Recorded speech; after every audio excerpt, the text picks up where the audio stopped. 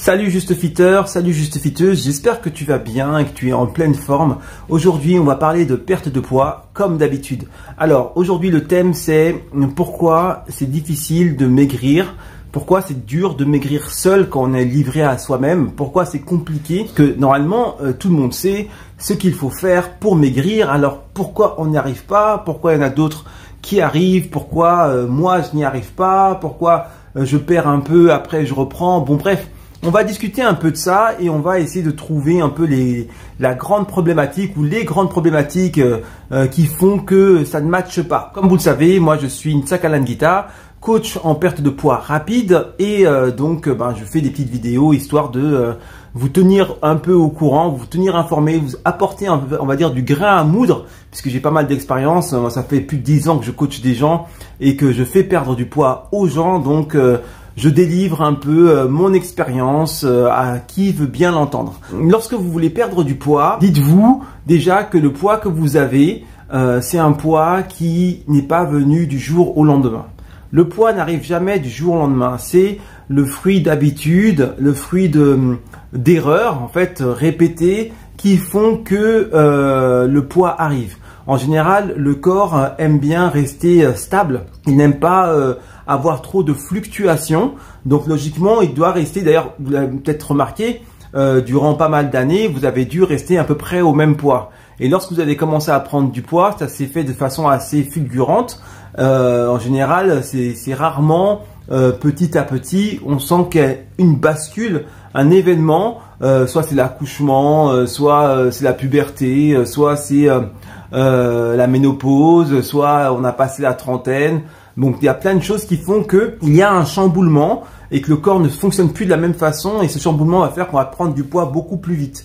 Parce que le corps à la base, lui, il aime bien rester à peu près au même poids, il n'aime pas trop être bousculé. Donc ça veut dire que lorsque vous allez commencer à amorcer en fait votre prise de poids, ça veut dire qu'il y a beaucoup de choses qui sont passées en amont.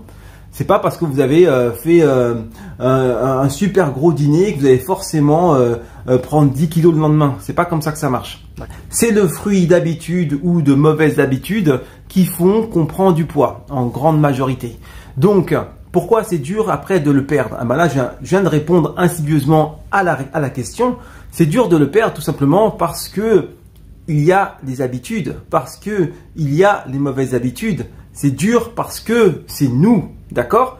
Parce qu'on n'a pas de recul par rapport à nous. Si vous avez toujours l'habitude, par exemple, de fonctionner d'une certaine façon, bien sûr, il y a des personnes aussi qui ne savent pas que ce qu'elles font est préjudiciable pour leur poids. Ça, c'est encore un autre problème. Et il y en a qui savent pertinemment que c'est préjudiciable, mais qui le font quand même. Quoi qu'il en soit, il y a quelque chose qui a été fait. Rien ne vient par hasard. Si vous faites ce qu'il faut, vous ne pouvez pas prendre de poids. Si vous faites ce qu'il faut, vous allez maigrir. Donc, si vous prenez du poids, c'est que vous ne faites pas totalement ce qu'il faut sur tous les points, notamment au niveau nutritionnel et au niveau aussi de la dépense énergétique. L'activité que vous avez, peut-être qu'elle n'est pas suffisante. Ce que vous mangez n'est peut-être pas d'assez bonne qualité, ou peut-être que vous surmangez, ou peut-être que la nourriture que vous mangez est trop riche, ou peut-être qu'il y a certains aliments qui ne vous conviennent pas, qui sont bons au goût, mais qui ne vous conviennent pas à votre corps. C'est tout à fait possible également. Donc il y a toujours une cause. Et ce pourquoi on n'arrive pas à perdre du poids, c'est justement parce qu'on n'arrive pas à prendre du recul par rapport à soi. C'est ça qui est super dur. Et nous sommes notre juge, nous sommes, comment dirais-je, notre propre coach, et nous ne sommes pas impartiaux. Il y a des moments où on va se laisser aller, il y a des moments où on va lâcher un peu des rênes et on va laisser le cheval galoper et paître dans les bois. Donc voilà.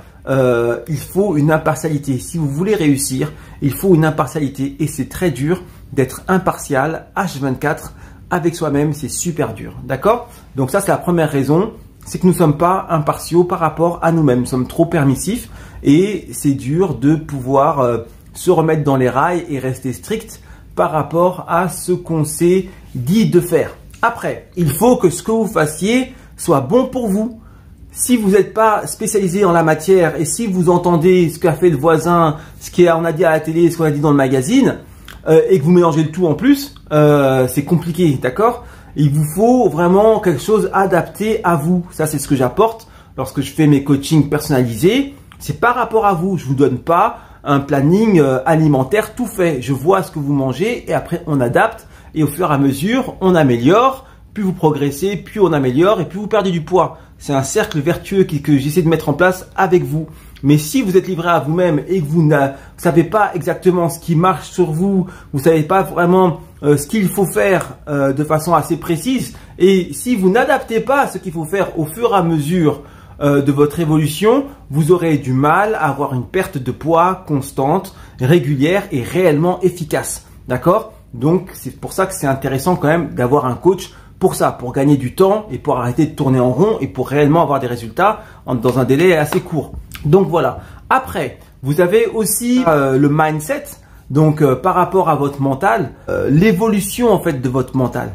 On a tous un mental, d'accord? Mais ce mental, pour que vous puissiez perdre du poids, il doit évoluer. Et souvent, les gens veulent perdre du poids, mais ils ne veulent pas évoluer. Ils veulent pas changer, mais ils veulent perdre du poids. Mais un changement, surtout durable, doit engendrer aussi un changement d'état d'esprit, mindset.